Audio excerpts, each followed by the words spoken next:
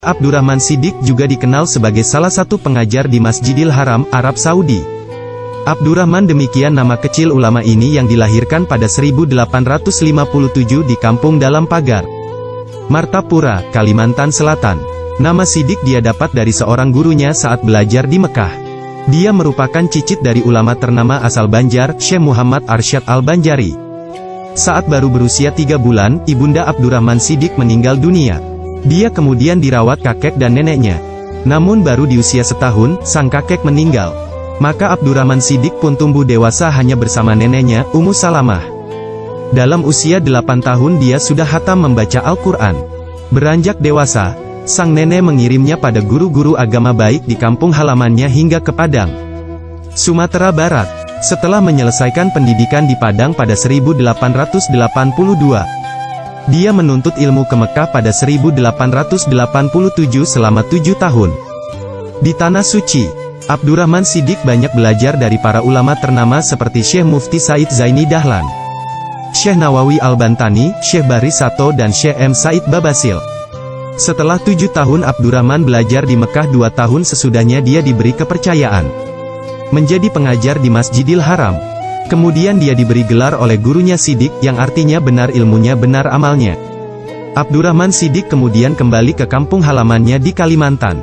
Lalu dari Kalimantan dia merantau ke Sumatera. Pada 1898, Syekh Abdurrahman bermukim di Bangka untuk mengembangkan ilmunya, berdakwah sambil memulai menulis kitab. Pada suatu kesempatan, ketika Syekh Abdurrahman berkunjung ke Singapura, dia bertemu dengan Haji Muhammad Arsyad, saudagar kaya asal Banjar yang bermukim di Indragiri. Muhammad Arsyad inilah yang memohon agar Syekh Abdurrahman bersedia bermukim di Indragiri untuk menjadi pembimbing rohani masyarakat di sana. Sebelum pindah ke Indragiri, Syekh Abdurrahman sempat merantau ke Batavia. Ketika di sana dia ditawarkan menjabat sebagai mufti di Batavia karena ketinggian ilmu yang dimiliki menggantikan Mufti Said Usman bin Abdullah bin Akil bin Yahya, namun dia menolak. Saat di Kesultanan Johor Malaysia, Abdurrahman juga sempat ditawarkan menjadi mufti namun juga ditolaknya. Lalu dia merantau ke Riau, tapi karena terlalu jauh dengan pusat pemerintahan yang ketika itu berkedudukan di Rengat, dia meneruskan perjalanan ke daerah Sapat yang merupakan pusat lalu lintas dan perdagangan karena berada di muara Sungai Indragiri. Abdurrahman Shiddiq menetap di Sapat selama 7 tahun berprofesi sebagai penjual emas sambil mengajar agama sesuai permintaan Haji Muhammad Arsyad. Ketika itu dia dikenal dengan nama Tukang Emas Durrahman. Di Sapat, pernah terjadi peristiwa perselisihan pendapat antara dua kelompok masyarakat tentang perihal agama. Karena kedua belah tak mau mengalah, sementara tak ada orang yang dapat jadi penengah, menyebabkan hampir terjadi pertumpahan darah. Tapi Tukang Emas Durrahman turun tangan menyelesaikan perselisihan yang terjadi. Berbekal ilmu pengetahuannya, dia menyelesaikan masalah itu berdasar dalil dari Al-Quran dan hadits serta penjelasan para ulama. Sejak itu, banyak orang belajar agama padanya. Di samping tetap melaksanakan pekerjaannya sebagai tukang emas, dia juga membuka pengajian. Karena makin banyak murid, sementara rumah dia di Sapat Hilir sudah tak muat, dia pun berpikir mencari tempat yang dapat dijadikan sebagai pusat pendidikan dan pengembangan agama Islam. Lalu Sultan Mahmud Shah, penguasa Kesultanan Indragiri, meminta Abdurrahman Shiddiq menjadi penasihat kerajaan soal agama dan ketatanegaraan. Mufti, karena kemampuannya, dia sempat menolak. Tapi atas dasar pertimbangan yang matang untuk kemasalahan umat dan agama, akhirnya menyetujui. Diangkat menjadi mufti kerajaan. Selama Syekh Abdurrahman Shiddiq menjabat sebagai mufti, dia tidak pernah menggunakan gaji jabatannya untuk dirinya. Gaji tersebut dia bagikan kepada orang-orang yang memerlukannya.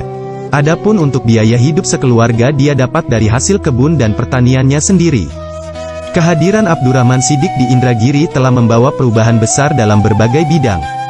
Selain bidang agama Islam, orang-orang Banjar yang berasal dari Kalimantan Selatan berdatangan ke daerah Indragiri Hilir. Mereka berani membuka hutan untuk perkebunan kelapa. Ini berkat usaha Syekh Abdurrahman Shiddiq yang mempunyai karomah untuk mengusir atau menumbal makhluk-makhluk halus penunggu hutan-hutan di pedalaman Indragiri sebelum dijadikan kebun kelapa. Abdurrahman Shiddiq sendiri memiliki 120 baris atau 4.800 batang kelapa. Sebanyak 70 baris atau 2.800 batang dia wakafkan untuk kepentingan umat dan khususnya buat Pendidikan. Pertama kali dibangunnya dari hasil kebun itu adalah masjid di sebelah rumah tempat tinggalnya. Kemudian membangun madrasah serta tidak kurang 100 pondok di sekitar madrasah untuk para santri. Tanpa dipungut bayaran. Bahkan dia membantu keperluan hidup bagi santri yang tidak mampu. Abdurrahman Shiddiq wafat pada 4 Syaban 1358 H bertepatan dengan tanggal 10 Maret tahun 1939 Masehi dalam usia 82 tahun. Dia dimakamkan tidak jauh dari masjid yang dibinanya di Kampung Hidayat, Sapat Indragiri, Riau. Sebagai ulama besar, dia juga mengarang beberapa kitab dalam berbagai bidang, seperti tasawuf, tauhid, fiqh, sastra, sejarah dan lainnya. Di antara kitab hasil karya Syekh Abdurrahman Shiddiq, Risalah Amal Marifat, Risalah Fi Akaidil Iman, Asraris Solamin, Idatul Kutubul Muktabarat.